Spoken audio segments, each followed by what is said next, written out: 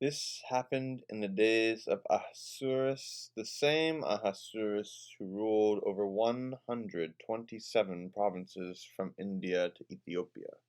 In those days when King Ahasuerus sat on his royal throne in the citadel of Susa, in the 3rd year of his reign, he gave a banquet for all his officials and ministers. The army of Persia and Media, and the nobles and governors of the provinces were present, while he displayed the great wealth of his kingdom and the splendor and pomp of his majesty for many days, 180 days in all.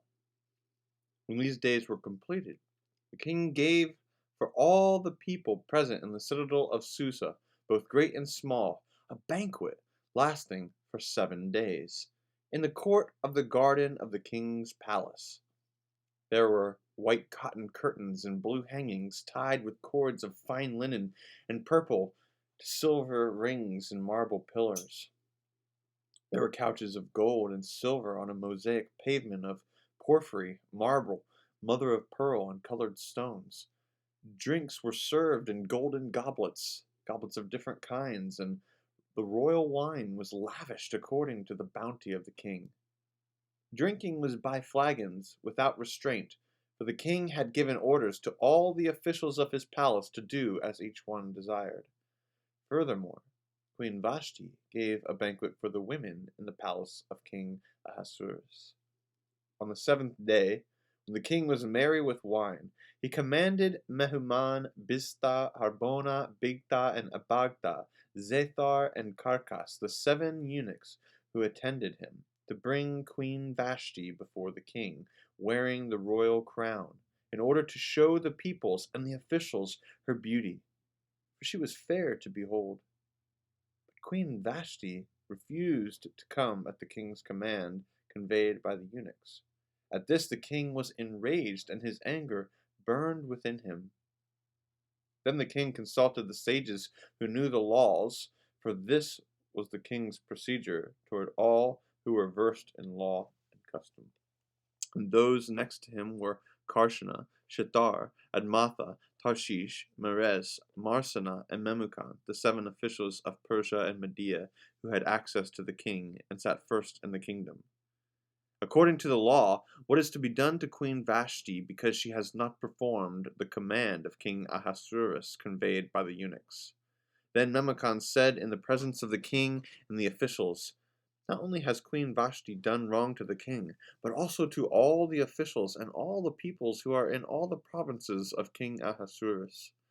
For this deed of the queen will be made known to all women, causing them to look with contempt on their husbands, since they will say, 'King Ahasuerus commanded Queen Vashti to be brought before him, and she did not come.' This very day the noble ladies of Persia and Media who have heard of the queen's behavior will rebel against the king's officials, and there will be no end of contempt and wrath. If it pleases the king, let a royal order go out from him, and let it be written among the laws of the Persians and the Medes, so that it may not be altered, that Vashti is never again to come before King Ahasuerus, and let the king give her royal position to another who is better than she." So when the decree made by the king is proclaimed throughout all his kingdom, vast as it is, all women will give honor to their husbands, high and low alike. This advice pleased the king and the officials, and the king did as Memucan proposed. He sent letters to all the royal provinces, to every province in its own script, and to every people in its own language, declaring that every man should be master in his own house. After these things, when the anger of King Ahasuerus had abated, he remembered Vashti and what she had done, and what had been decreed against her. Then the king's servants who attended him said, "Let beautiful young virgins be sought out for the king, and let the king appoint commissioners in all the provinces of his kingdom to gather all the beautiful young virgins to the harem in the citadel of Susa, under the custody of Haggai, the king's eunuch, who is in charge of the women. Let their cosmetic treatments be given them, and let the girl who pleases the king be queen instead of Vashti." This pleased the king, and he did so. Now there was a Jew in the citadel of Susa whose name was Mordecai, son of Yair, son of Shimei, son of Kish, a Benjaminite. Kish had been carried away from Jerusalem among the captives, carried away with King Jeconiah of Judah, whom King Nebuchadnezzar of Babylon had carried away. Mordecai had brought up Hadassah, that is Esther, his cousin, for she had neither father nor mother. The girl was fair and beautiful, and when her father and her mother died, Mordecai adopted her as his own daughter.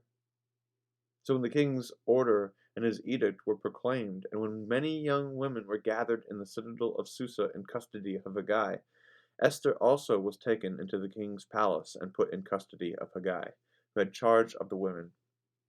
The girl pleased him and won his favor, and he quickly provided her with her cosmetic treatments and her portion of food, and with 7 chosen maids from the king's palace, and advanced her and her maids to the best place in the harem. Esther did not reveal her people or kindred, for Mordecai had charged her not to tell. Every day Mordecai would walk around in front of the court of the harem to learn how Esther was and how she fared. The turn came for each girl to go in to King Ahasuerus after being 12 months under the regulations for the women, since this was the regular period of their cosmetic treatment, 6 months with oil of myrrh and 6 months with perfumes and cosmetics for women. When the girl went in to the king, she was given whatever she asked for to take with her from the harem to the king's palace. In the evening she went in, then in the morning she came back to the second harem in custody of Shaashgaz, the king's eunuch, who was in charge of the concubines. She did not go in to the king again unless the king delighted in her, and she was summoned by name. When the turn came for Esther, daughter of Abihail, the uncle of Mordecai, who had adopted her as his own daughter, to go in to the king, she asked for nothing except what Haggai, the king's eunuch, who had charge of the women, advised. Now Esther was admired by all who saw her. When Esther was taken to King Ahasuerus in his royal palace in the 10th month, which is the month of Tebeth, in the 7th year of his reign, the king loved Esther more than all the other women.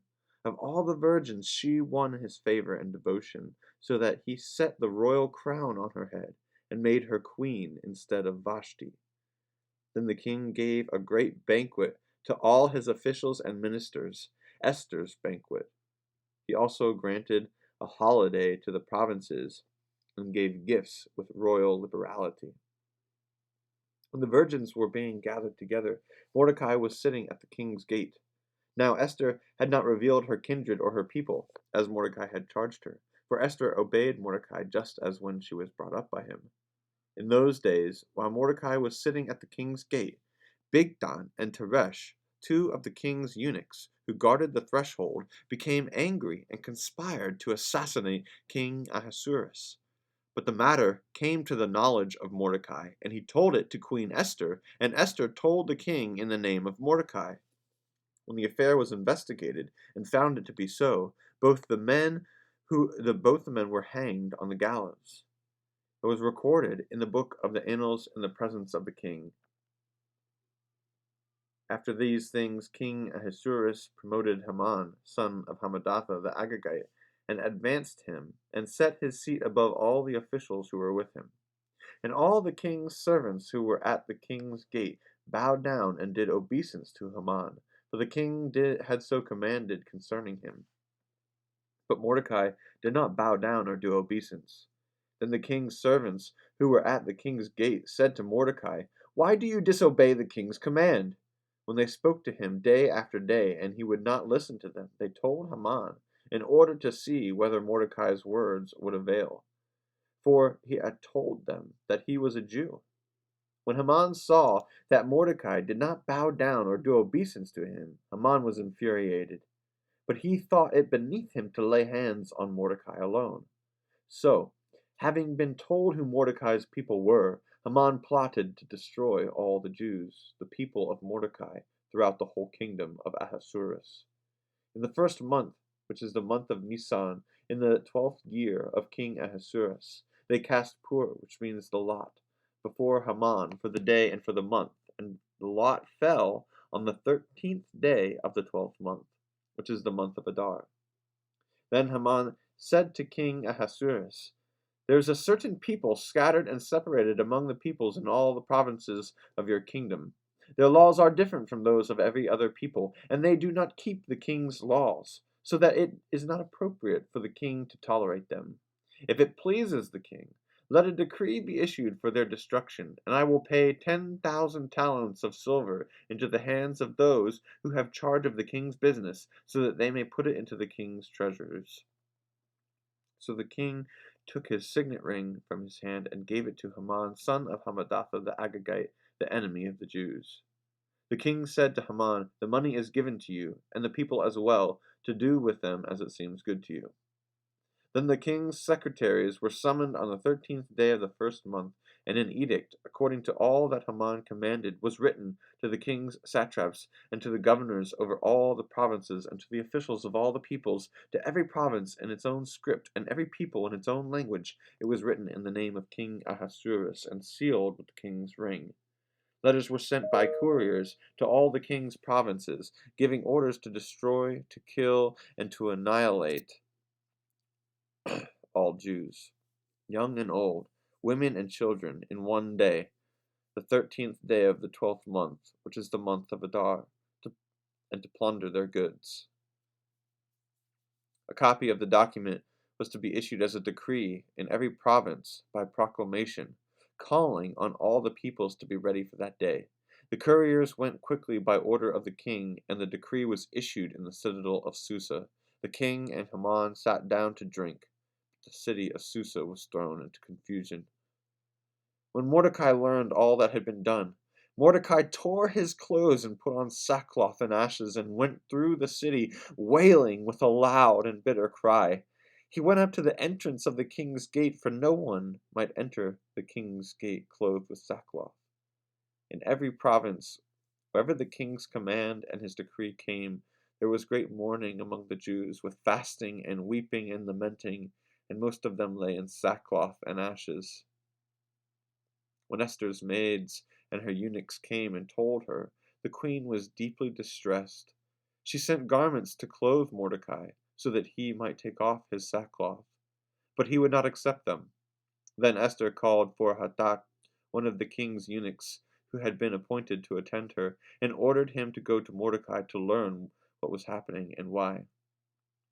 Hathach went out to Mordecai in the open square of the city in front of the king's gate, and Mordecai told him all that had happened to him, and the exact sum of money that Haman had promised to pay into the king's treasuries for the destruction of the Jews. Mordecai also gave him a copy of the written decree issued in Susa for their destruction, that he might show it to Esther, explain it to her, and charge her to go to the king to make supplication to him and entreat him for her people. Hathach went and told Esther what Mordecai had said. Then Esther spoke to Hathach and gave him a message from Mordecai, saying, "All the king's servants and the people of the king's provinces know that if any man or woman goes to the king inside the inner court without being called, there is but one law. All alike are to be put to death. Only if the king holds out the golden scepter to someone may that person live. I myself have not been called to come in to the king for 30 days. When they told Mordecai what Esther had said, Mordecai told them to reply to Esther, "Do not think that in the king's palace you will escape any more than all the other Jews. For if you keep silence at such a time as this, relief and deliverance will rise for the Jews from another quarter, but you and your father's family will perish. Who knows? Perhaps you have come to royal dignity for just such a time as this." Then Esther said in reply to Mordecai, "Go, gather all the Jews to be found in Susa, and hold a fast on my behalf, and neither eat nor drink for 3 days, night or day. I and my maids will also fast as you do. After that I will go to the king, though it is against the law, and if I perish, I perish." Mordecai then went away and did everything as Esther had ordered him. On the 3rd day, Esther put on her royal robes and stood in the inner court of the king's palace, opposite the king's hall. The king was sitting on his royal throne inside the palace, opposite the entrance to the palace. As soon as the king saw Queen Esther standing in the court, she won his favor, and he held out to her the golden scepter that was in his hand. Then Esther approached and touched the top of the scepter. The king said to her, "What is it, Queen Esther? What is your request? It shall be given you. even to the half of my kingdom." Then Esther said, "If it pleases the king, let the king and Haman come today to a banquet that I have prepared for the king." Then the king said, "Bring Haman quickly, so that we may do as Esther desires." So the king and Haman came to the banquet that Esther had prepared. While they were drinking wine, the king said to Esther, "What is your petition? It shall be granted you. And what is your request? Even to the half of my kingdom it shall be fulfilled." Then Esther said, "This is my petition and request. If I have won the king's favor, and if it pleases the king to grant my petition and fulfill my request, let the king and Haman come tomorrow to the banquet that I will prepare for them, and then I will do as the king has said." Haman went out that day happy and in good spirits. But when Haman saw Mordecai in the king's gate, and observed that he neither rose nor trembled before him, he was infuriated with Mordecai. Nevertheless, Haman restrained himself and went home. Then he sent and called for his friends and his wife Zeresh, and Haman recounted to them the splendor of his riches, the number of his sons, all the promotions with which the king had honored him, and how he had advanced him above the officials and the ministers of the king. Haman added, "Even Queen Esther, let no one but myself come with the king to the banquet that she prepared. Tomorrow also I am invited by her, together with the king. Yet all this does me no good so long as I see the Jew Mordecai sitting at the king's gate." Then his wife Zeresh and all his friends said to him, "Let a gallows 50 cubits high be made, and in the morning tell the king to have Mordecai hanged on it. Then go with the king to the banquet in good spirits." This advice pleased Haman, and he had the gallows made. On that night the king could not sleep, and he gave orders to bring the book of records, the annals, and they were read to the king. It was found written how Mordecai had told about Bigdana and Teresh, two of the king's eunuchs, who guarded the threshold, and who had conspired to assassinate King Ahasuerus. Then the king said, "What honor or distinction has been bestowed on Mordecai for this?" The king's servants who attended him said, "Nothing has been done for him." The king said, "Who is in the court?" Now Haman had just entered the outer court of the king's palace to speak to the king about having Mordecai hanged on the gallows that he had prepared for him. So the king's servants told him, "Haman is there, standing in the court." The king said, "Let him come in." So Haman came in, and the king said to him, "What shall be done for the man whom the king wishes to honor?" Haman said to himself, "Whom would the king wish to honor more than me?" So Haman said to the king, "For the man whom the king wishes to honor, let royal robes be brought, which the king has worn, and a horse that the king has ridden with a royal crown on its head. Let the robes and the horse be handed over to one of the king's most noble officials. Let him robe the man whom the king wishes to honor, and let him conduct the man on horseback through the open square of the city, proclaiming before him, 'Thus shall it be done for the man whom the king wishes to honor.'" Then the king said to Haman, "Quickly, take the robes and the horse, as you have said, and do so to the Jew Mordecai, who sits at the king's gate. Leave out nothing that you have mentioned." So Haman took the robes and the horse, and robed Mordecai, and led him riding through the open square of the city, proclaiming, "Thus shall it be done for the man whom the king wishes to honor." Then Mordecai returned to the king's gate. But Haman hurried to his house, mourning and with his head covered. When Haman told his wife Zeresh and all his friends everything that had happened to him, his advisers and his wife Zeresh said to him, "If Mordecai, before whom your downfall has begun, is of the Jewish people, you will not prevail against him, but will surely fall before him."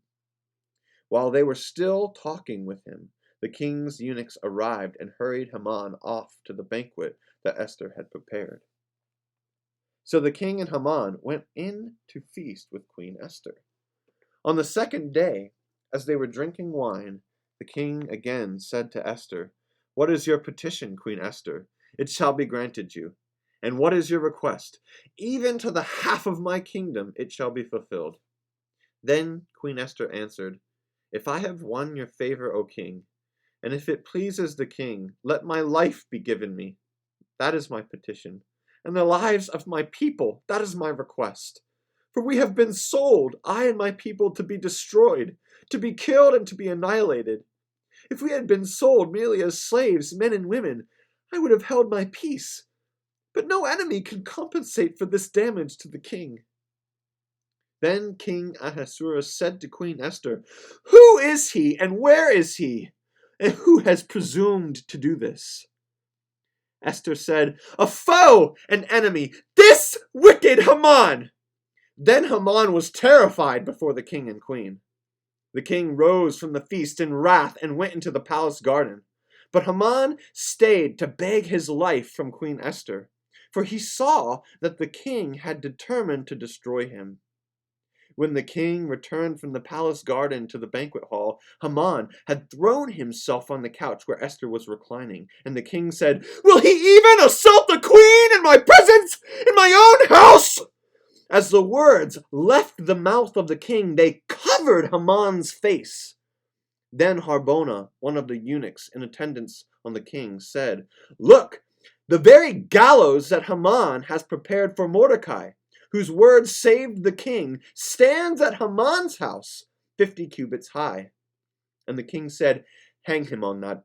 So they hanged Haman on the gallows that he had prepared for Mordecai.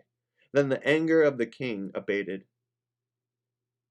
On that day, King Ahasuerus gave to Queen Esther the house of Haman, the enemy of the Jews. And Mordecai came before the king, for Esther had told what he was to her. Then the king took off his signet ring, which he had taken from Haman, and gave it to Mordecai. So Esther set Mordecai over the house of Haman. Then Esther spoke again to the king. She fell at his feet, weeping and pleading with him to avert the evil design of Haman the Agagite and the plot that he had devised against the Jews. The king held out the golden scepter to Esther, and Esther rose and stood before the king. She said, "If it pleases the king, and if I have won his favor, and if the thing seems right before the king, and I have his approval, let an order be written to revoke the letters devised by Haman, son of Hammedatha the Agagite, which he wrote giving orders to destroy the Jews who are in all the provinces of the king. For how can I bear to see the calamity that is coming on my people? Or how can I bear to see the destruction of my kindred?" Then King Ahasuerus said to Queen Esther and to the Jew Mordecai, "See, I have given Esther the house of Haman, and they have hanged him on the gallows, because he plotted to lay hands on the Jews. You may write as you please with regard to the Jews, in the name of the king, and seal it with the king's ring. For an edict written in the name of the king and sealed with the king's ring cannot be revoked." The king's secretaries were summoned at that time in the 3rd month, which is the month of Sivan, on the 23rd day, and an edict was written, according to all that Mordecai commanded, to the Jews and to the satraps and the governors and the officials of the provinces from India to Ethiopia, 127 provinces, to every province in its own script, and to every people in its own language, and also to the Jews in their script and their language.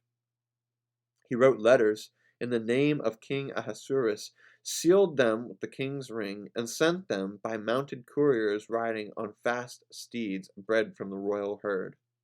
By these letters the king allowed the Jews who were in every city to assemble and defend their lives, to destroy, to kill, and to annihilate any armed force or any people or province that might attack them, with their children and women, and to plunder their goods on a single day throughout all the provinces of King Ahasuerus, on the 13th day of the 12th month, which is the month of Adar. A copy of the writ was to be issued as a decree in every province and published to all peoples, and the Jews were to be ready on that day to take revenge on their enemies. So the couriers, mounted on their swift royal steeds, hurried out urged by the king's command, the decree was issued in the citadel of Susa. Then Mordecai went out from the presence of the king, wearing royal robes of blue and white, with a great golden crown and a mantle of fine linen and purple, while the city of Susa shouted and rejoiced. For the Jews there was light and gladness, joy and honor. In every province and in every city, wherever the king's command and his edict came, there was gladness and joy among the Jews, a festival and a holiday. Furthermore, many of the peoples of the country professed to be Jews because the fear of the Jews had fallen upon them. Now in the 12th month, which is the month of Adar, on the 13th day, when the king's command and edict were about to be executed, on the very day when the enemies of the Jews hoped to gain power over them, but which had been changed to a day when the Jews would gain power over their foes. The Jews gathered in their cities throughout all the provinces of King Ahasuerus to lay hands on those who had sought their ruin. And no one could withstand them, because the fear of them had fallen upon all peoples. All the officials of the provinces, the satraps and the governors and the royal officials were supporting the Jews, because the fear of Mordecai had fallen upon them. For Mordecai was powerful in the king's house, and his fame spread throughout all the provinces as the man Mordecai grew more and more powerful. So the Jews struck down all their enemies with the sword, slaughtering and destroying them, and did as they pleased to those who hated them. In the citadel of Susa, the Jews killed and destroyed 500 people.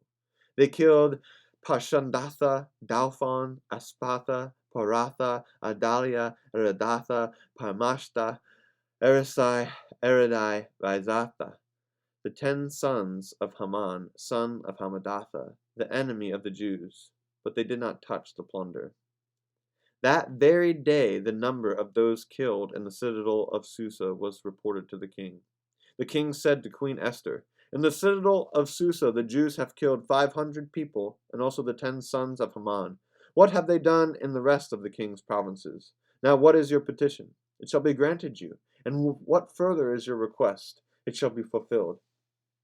Esther said, "If it pleases the king, let the Jews who are in Susa be allowed tomorrow also to do according to this day's edict, and let the 10 sons of Haman be hanged on the gallows." So the king commanded this to be done. A decree was issued in Susa, and the 10 sons of Haman were hanged. The Jews who were in Susa gathered also on the 14th day of the month of Adar, and they killed 300 persons in Susa, but they did not touch the plunder. Now the other Jews who were in the king's provinces also gathered to defend their lives, and gained relief from their enemies, and killed 75,000 of those who hated them. But they laid no hands on the plunder.